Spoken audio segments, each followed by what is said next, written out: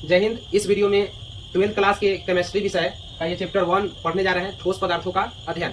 बहुत दिनों से वीडियो नहीं बना है, चलिए हम लोग इसमें पढ़ेंगे ठोस पदार्थों का अध्ययन। ये आपके एग्जाम के व्यू से बहुत इंपॉर्टेंट चैप्टर है, बहुत सारे एग्जाम में क्वेश्चन पूछता है, तो आप याद रखिएगा, स्टडी ऑफ सॉलिड मैटर। चलिए सबसे पहले हम लोग समझते हैं कि आखिर पदार्थ का मतलब क्या होता है, मैटर का मतलब क्या होता है। तो देखिए, इस दुनिया में जितना भी वस्तु है वो सारे के सारे वस्तु को जहां पे भी रखिएगा वो अपने आकार के साइज, मतलब उसका आकार जितना होगा उतना जगह को छेकेगा जरूर। जैसे ये मार्कर है, ये कहीं पे भी रखाएगा तो इसका जितना आयतन है, जितना ये इसका स्पेस है, उतना जगह जरूर छेकेगा।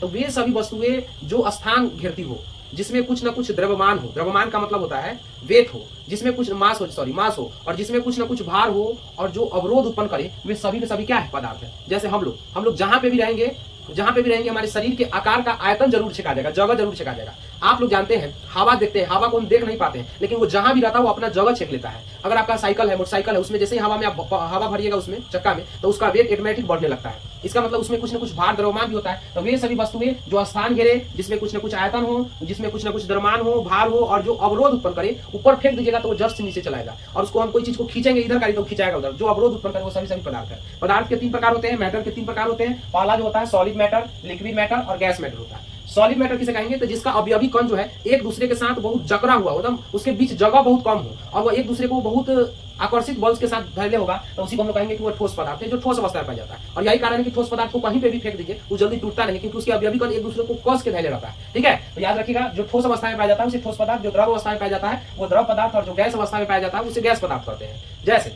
अब हम लोग बात करते हैं ठोस पदार्थ की। आपको जो पढ़ना है ये गैस वाला, द्रव वाला और गैस आपको इस चैप्टर में पढ़ना ही नहीं है, आपको पढ़ना है ठोस पदार्थों का अध्ययन। इसलिए लिखा हुआ चैप्टर का नाम ठोस पदार्थों का अध्ययन, स्टडी ऑफ सॉलिड मैटर। तो स्टडी ऑफ सॉलिड मैटर में आपको देखना है कि ठोस पदार्थ के 3 प्रकार होते हैं। एक होता है क्रिस्टलीय ठोस पदार्थ, जिसको क्रिस्टलाइन सॉलिड मैटर कहते हैं, या इसी को हम लोग कहेंगे रवेदार ठोस पदार्थ। दूसरा का जो होता है अक्रिस्टलीय ठोस पदार्थ, जिसको हम लोग कहेंगे नॉन क्रिस्टलाइन सॉलिड मैटर या अरवेदार या वे रवेदार क्रिस्टलीय ठोस पदार्थ। और तीसरा होता है बहुक्रिस्टलीय ठोस पदार्थ या पॉलीक्रिस्टलाइन सॉलिड मैटर। इस प्रकार आप कह सकते हैं कि पदार्थ के ईंधनकारी 3 प्रकार हुआ, फिर ठोस पदार्थ के 3 प्रकार हुआ। अब आगे